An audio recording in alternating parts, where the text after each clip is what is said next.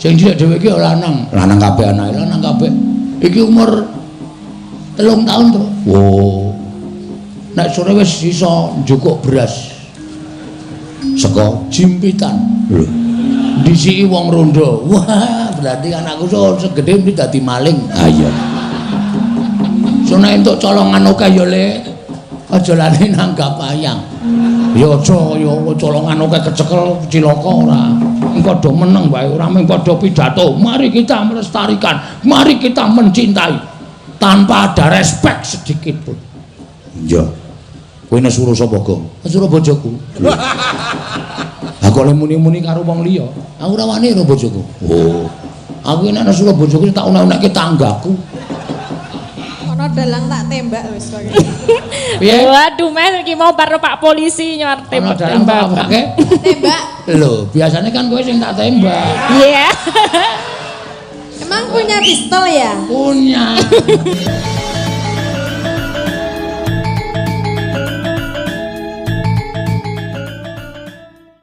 Awak dhewe sing minangka dadi pekerja seni, luwe-luwe seni ning nggon budaya wayang aja nganti lali. Nek iso malah anak-anakmu diweling. Sing bareng wis tak weling, Tru. Oh.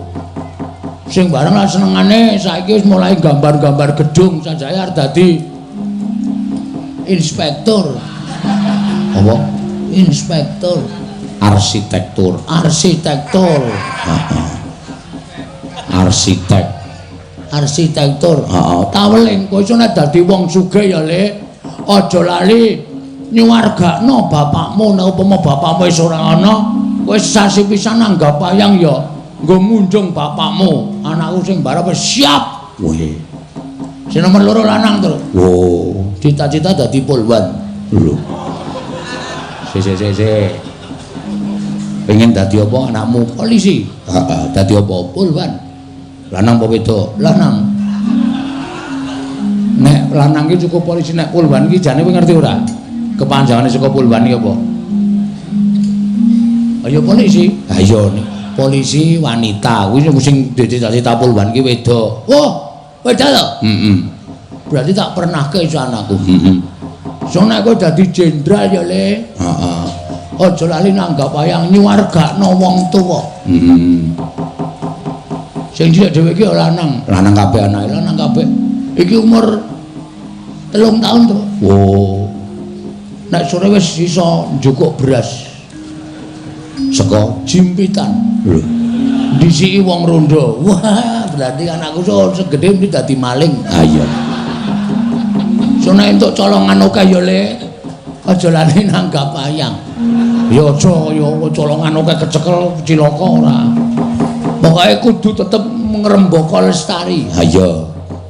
Ya syukur nek kaya ngono kuwi. Saora-orane ya wargamu, desamu di kabeh tangga teparo dinehi ngerti nek tanggal 7 kuwi tari wayang nasional. Perlu sosialisasi yang cepat. Heeh.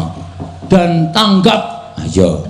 Supaya wong padha ngerti. Ya. Iki wis akeh banget sing padha prisa nek HWN itu tanggal 7 November. Ya. Berdampingan karo tanggal 10 November ya kuwi hari Selasa. Goblok banget bakome ora. Hari apa tanggal 10 November? Hari pahlawan. Nah, ngerti-ngerti, ora hari Selasa. Ha iya, wis sisan gawe peresmian atau perayakan hari wayang nasional dicampur karo hari pahlawan ya ora masalah. Ora masalah. Heeh. Pokoke kabeh anggere dirayake. Ya.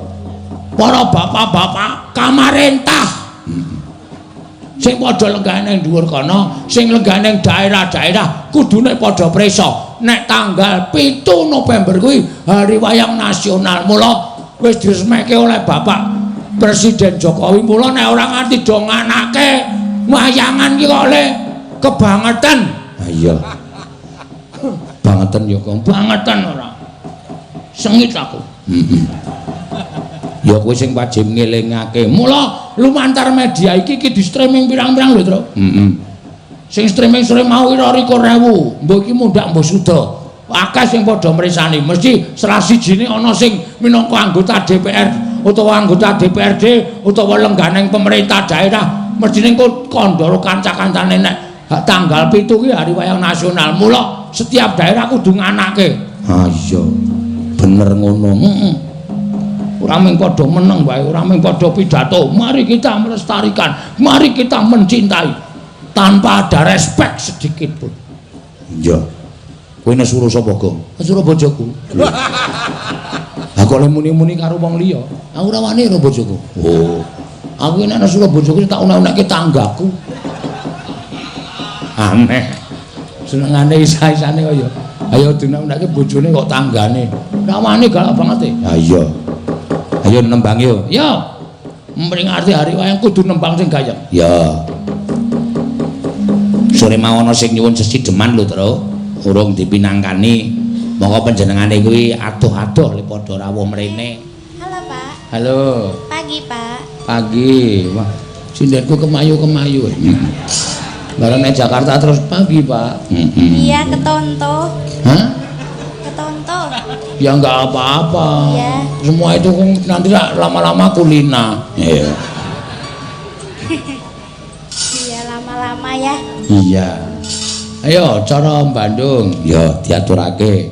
Gunung Galunggung. Yo, Gak ada yang titip-titip apa gitu. Janera. Kowe iki arep minggat nendi? Nah, Arep minggat nendi? kok minggat pripun? Aku ndak ana sing tawake titip apa ora ana sing titip apa-apa kok. Ya, biasanya lo ya. Iya. Biasanya maunya apa? Biasanya itu yang itu loh, yang abang-abang itu. Oh, abang-abang gendera Landa. Ora ana ya. Engko tak paringi dhewe ya aja kuwatir. Oh, nggih. Ning kene isih ana pira iki? Wis cukup nak minggu perjalanan. Perjalanan ten pundi? Perjalanan yang transit. Ah iya. Mongko transite ming kidul kono kuwi. Nggo mampir ning toilet. Ah iya. Monggo, ya. Gunung Galunggung Kabengkur.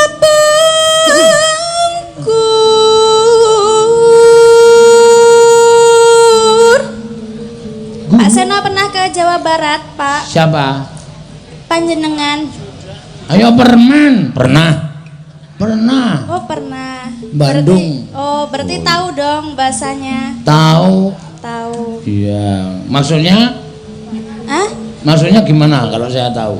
Ya, kalau bisa artikan gitu loh. Hah? Diartikan. Oke, gitu loh. Iso wong basa Bandung. Iso wong Bandung ki kebatinane kuat. Wo, to.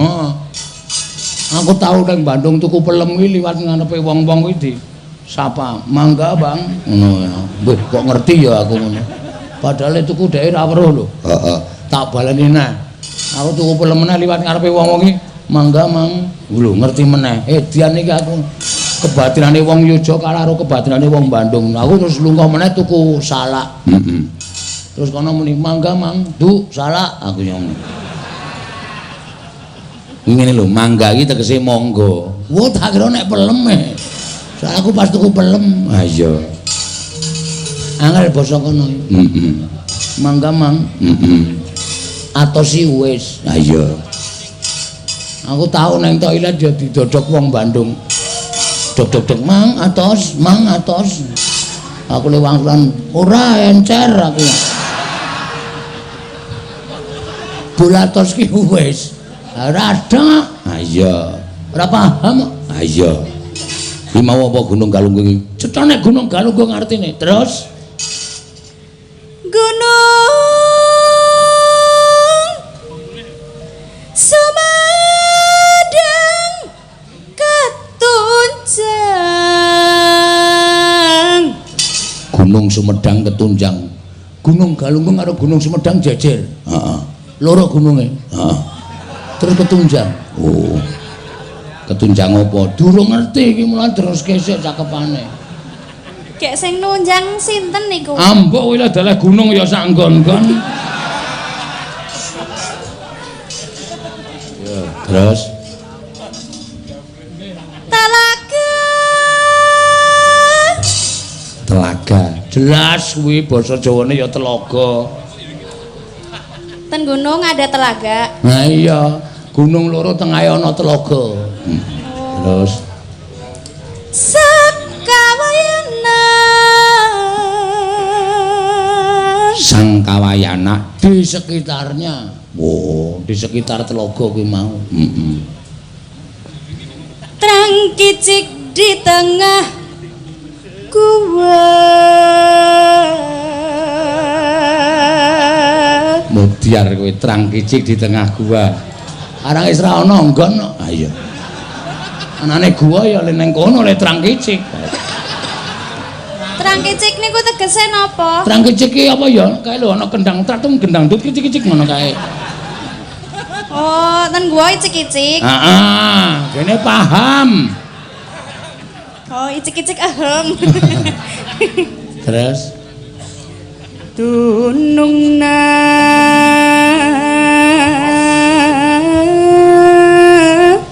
gandeng le terang kicik ning tengah gua peteng. Heeh.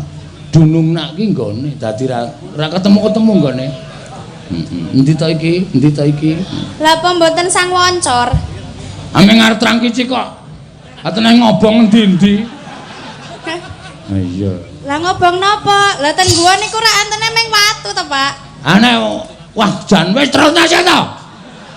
Lho lah ya nggih kula tekono. Aku iki nembang kok ora ngerti artine. Terang Nggih kicik. kula kan wong Jawa. Terang kicik di tengah gua, kuwi arep terang kicik nang tengah gua. Dunungna nggone ra ketemu ngendi iki ngendi iki. Arung sida-sida terus sida terang kicik sitane. Heeh. Lah nggih kok mboten sangu. Sangu senter napa-napa Sangu rek. Hah? Rek. Heeh. Rek nek mboten tenan oncore terus pripun? Ameng direki. Oh, berarti ming cilik no. Heeh. Wah, suwe-suwe bingung malah aku. Terus nosike to, aja ngeyel.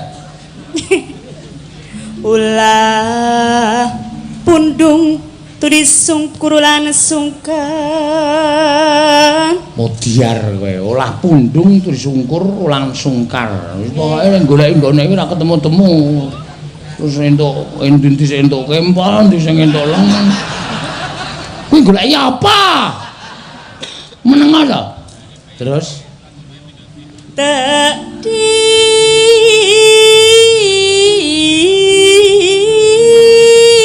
bareng wis suwe leng goleki terus ketemu. Ketemune nek ketemu ki basa Bandung tedi. Oh. Tedi. Cekel. Terus sing dicekel napa? hah? Sing dicekel napa? Ulah pundung. Teyang.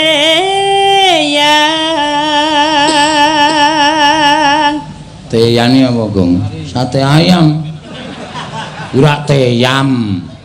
Teyan. Apa ya teyan? Dadi bareng ketemu to. Tadi terus teyan. Ya enak tenan ngono wae. Ya wis sakarepmu wis. Aku ya mung ngawur lho terus iki. Terus nah, terus ngundang kancane, Rem. Kenapa? Iso arep kuwi arep diundang karo kancane, ora ketemu-ketemu terus ngundang kancane, Rem. Oh, kan goleki. Ya mbok. Tarim.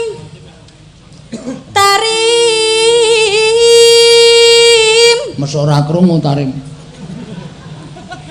Tarimang Ragawayana. Ah, tarim terus dimbruki ragane kuwi. Nyarem golek ana. Kan goleki dhewe. Ah sebah sing goleki ra ketemu terus dikeke tarim nyopenya ngono. Ah, terus Nganci. langsung dinciro tarim. Pancen Bagong cangkem elek tenan kok. Terus di negara di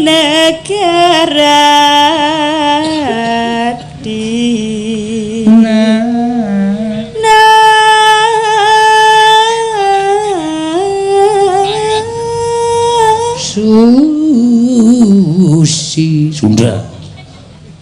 Sunda.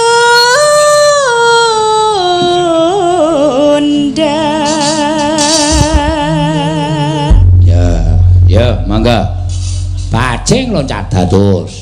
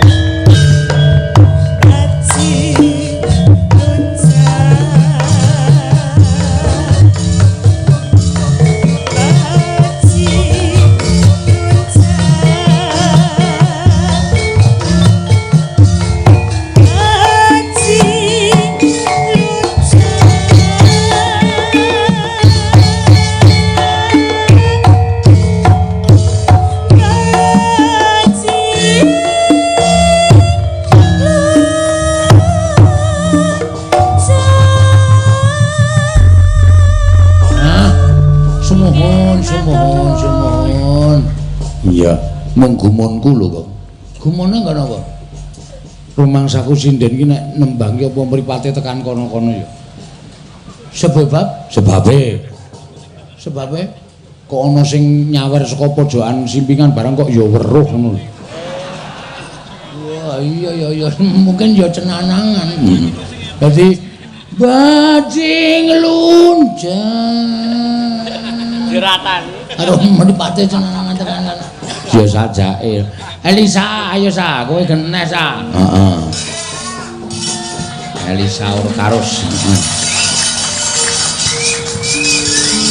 Ana sing nyuwun Elisa apa? Ana. Nek sing nyuwun lali janjine.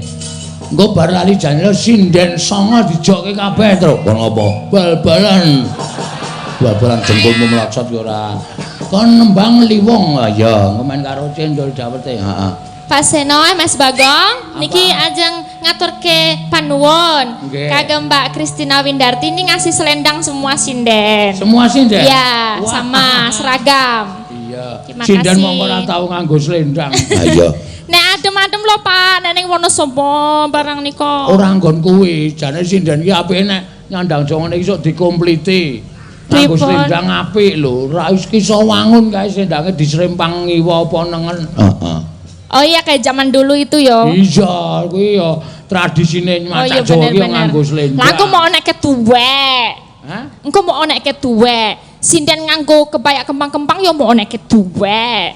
Engko ditambahi selendang saya tuwek meneh piye? Ora apa-apa. Ora apa-apa. Ayu no tuwek piye. Oh ya sesuk digawe Pak, siap. Heeh, yo tak tukokke. Ya. Tenane. Lho kepiye to? Rasa kuwatir to, aku ora tau omong goro to. Oh iya. Tak tukokke apa jenenge iki? Kebaya ya tak tukokke langsung. Lah, kuwi ora wong ora tau anu kok plin-plan kok. Heeh. Tapi bros we durung sida-sida lho. Iki bros le nukoke Mbak Tati niki ling golek kene. Tati ni dites kok aku. Oh, mong gaya to. Mong gaya to. Oh, iya iya. Wis tak titipke ya ora omong kanca-kanca nyotin kancane tukokke bros. Mesti dhek ngakoni kok ditedheke dhewe. Heeh, pancen. Wow, pancen. Sinden ki nek sirahe gedhe ya ngono. Wis senengane nek karo anu ora diakokke ora. Ku padahal dit saka aku. Heeh. 10 yuta. Waduh, bros 10 juta. Heeh, aku sijine pira? Iki sijine 350.000. Waduh, bathi akeh kowe iki. Wah, mula kok tuku apa-apa. Ana dalang tak tembak wis kok. Piye? Waduh, Mas iki mau karo Pak Polisi nyor Ana dalang apa ke? Tembak. Lho, biasanya kan kowe sing tak tembak. Iya. Emang punya pistol ya? Punya. Dua lolo. Kunjuk dua lolo. Bawa Nisa, lali janjine. Ya, mangga. Dino aku nunggu kowe SMS rambales yen tak telepon malah mau ngateni mangga aku manten yen kan untuk pipimu mesti tak jiwa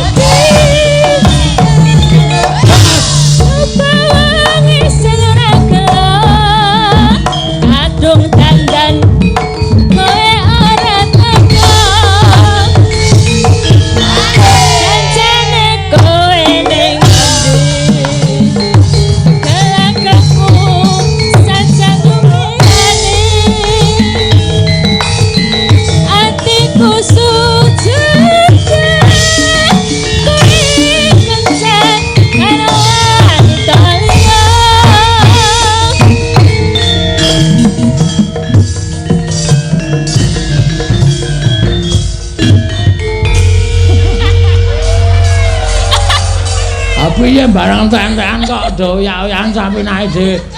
Kae. Pode. Matane.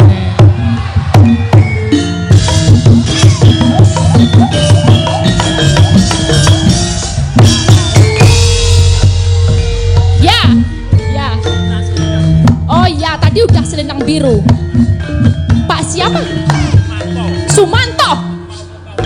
Oh iya, sip. Sapa sa? Pak Sumanto. Waduh, panganane menungso kuwi.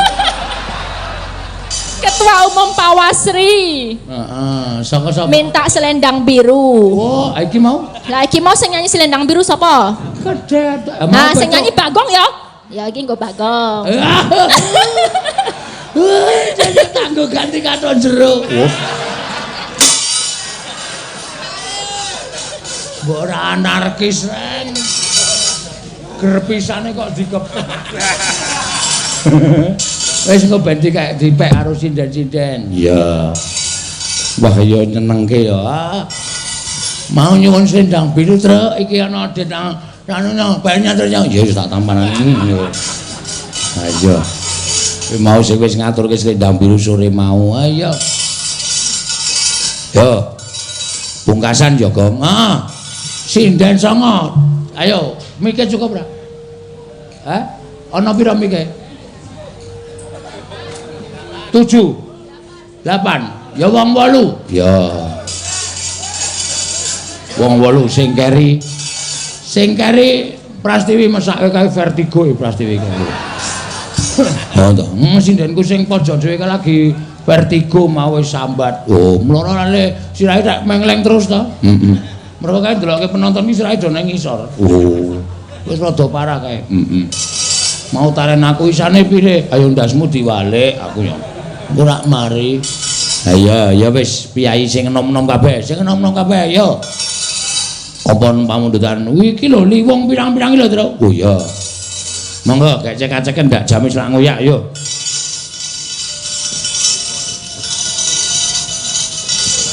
Nah, yo werna-werna ta sindenku. Heeh. Piye? Kowe paling ngayal dhewe nek kon ngadung lah tak protes. Oh alah, cek remes. Hah? Mike pitu, gentenan. Anggep ora nyambut gawe mung do turu nang ngebis. Meng melu piknik karo melu nguyuh. Melu nguyuh nang deneng pom. Ayo ora. Mangga. Heeh. Diadele wong atiku kanca tane. Kok dadi kanca tane? Liwung kok dadi kanca. Yo, jogete dipadhake. Ya. Mergo joget karo nyanyi iki angel. Monggo.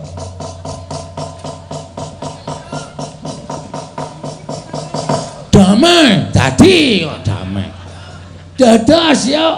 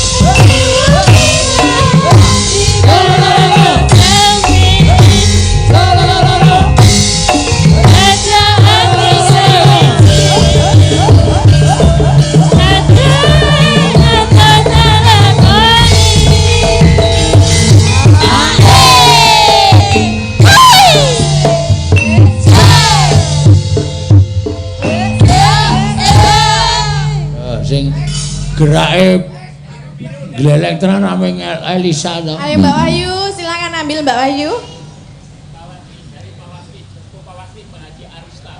Ya, dari Bawaslu Pak Haji. Wah, nek ra takon ngadeg ra entuk-entukan to kowe. Ngayal kowe. Kena nggonmu kokke bubur bojomu. Anakmu ndeng kok bojomu. Heeh, ya monggo. Ya.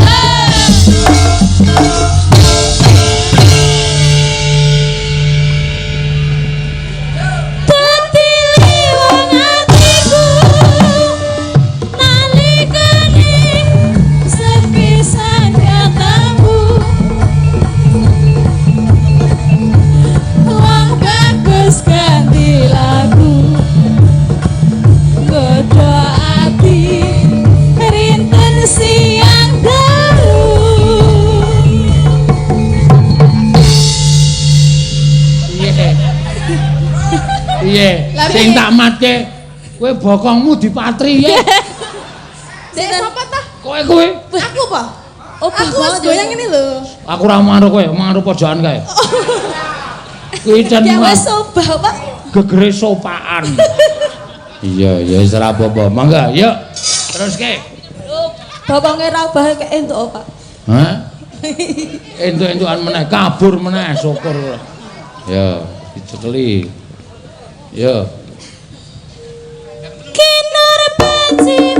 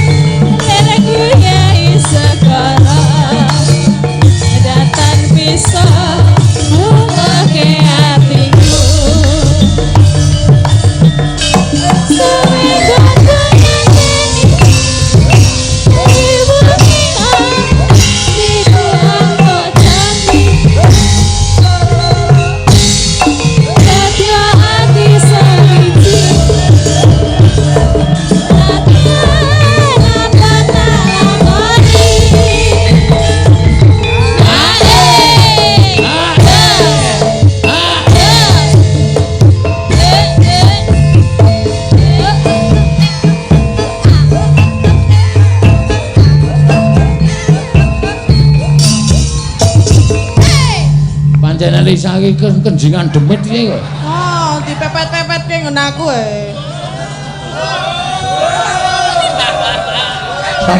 Sapa sing mepet-mepet kowe? Lisa, cilike meneh dipepet-pepetke ra krasa. Ayo Elisa iki Mary kok ya. Yo, mangga dirampungke ya.